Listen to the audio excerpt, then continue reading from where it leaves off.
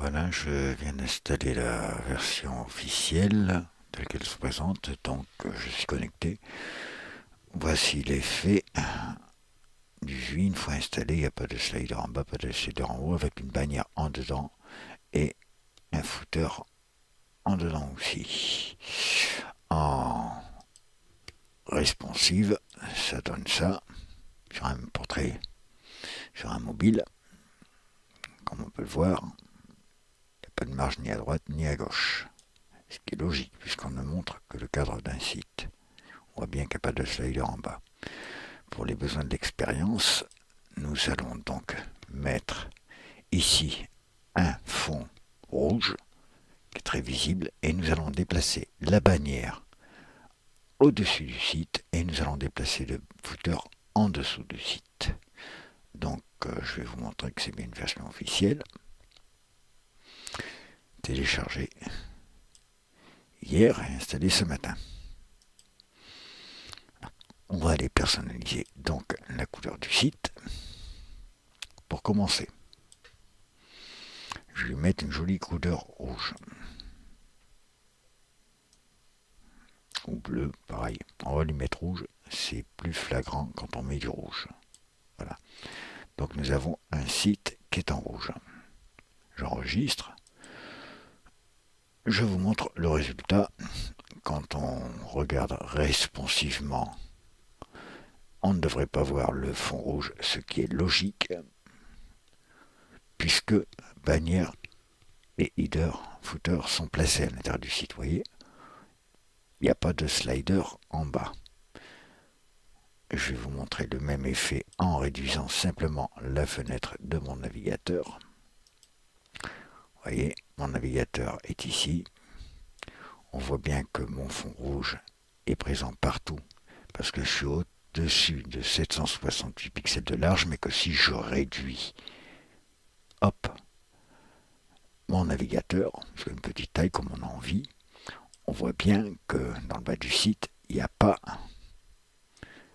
le fond rouge qui apparaît. Maintenant, nous allons faire l'expérience qui montrera que certaines divs peuvent être préjudiciables à un SUI quand on met un fond coloré ou un fond avec une couleur et que l'on désire placer une bannière en dehors du site, tout comme le footer. Nous allons donc placer simplement notre bannière en dehors du site. Voilà. La position, elle est dans le site, je vais la placer au-dessus du site. Ma bannière se trouve donc au-dessus du site, nous sommes bien d'accord. On va l'enregistrer comme ça dans un premier temps. On revient sur l'accueil et je vous montrerai avec le footer pareil. On va diminuer simplement notre navigateur. Vous voyez, en bas pour l'instant, il n'y a pas de slider. Je diminue mon navigateur. Et si je descends en bas, je n'ai pas de slider. Et maintenant, je vais vous montrer quelque chose. On va continuer dans la personnalisation. On va mettre le footer en bas du site. Voilà, je le mets en dessous du site.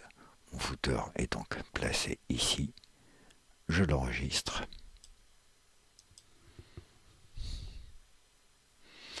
Je vais sur mon accueil. Je vais diminuer.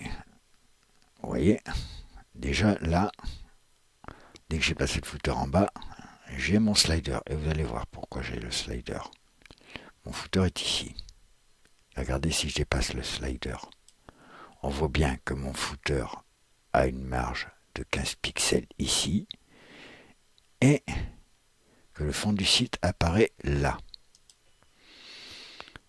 Donc, si je regarde dans cette configuration-là avec simplement le footer placé en dessous du site, on s'apercevra dans ce cas bien précis qu'effectivement, sur un smartphone en mobile portrait, on a bien ici, je vais le mettre là, vous allez le voir, on a bien ici le slider qui apparaît et la fameuse marge à droite de 15 pixels qui est due à mon slider.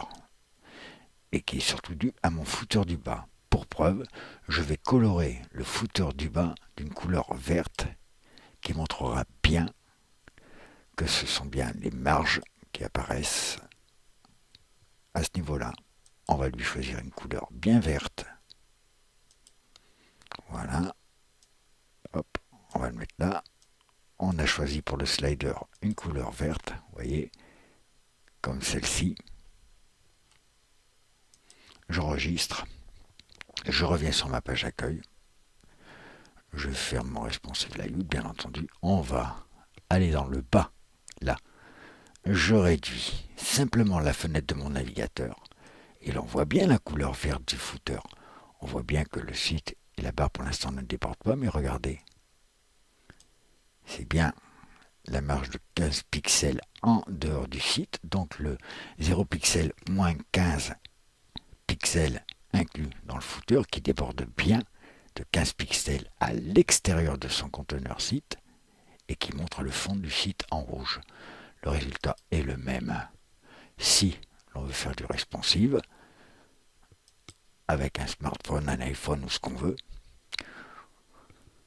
voilà, on attend que ça se charge. On voit bien que le slider est présent. On va en bas. On voit bien que le footer est vert. Et on va déborder sur la droite. Et on voit bien notre slider qui occupe son background en vert, à moins 15 pixels ici. Et le site à ce niveau-là, c'est le fond du site qui est coloré en rouge. Je fais un inspecter l'élément avec mon débogger. Je vais lui enlever la marge de moins 15 pixels qui est toujours prise en compte. Ici, là, dans le footer. Hop. Vous voyez ici cette marge-là.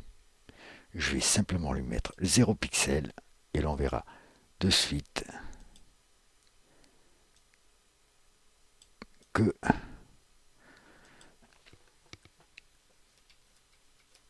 voilà, on voit de suite, à peine corrigé, que le footer est bien là, dans sa div complète, et qu'il n'y a plus de débordement, parce qu'il y a cette marge de moins 15 pixels que l'on retrouve ici, qui est appliquée dans le footer placé en dehors du site.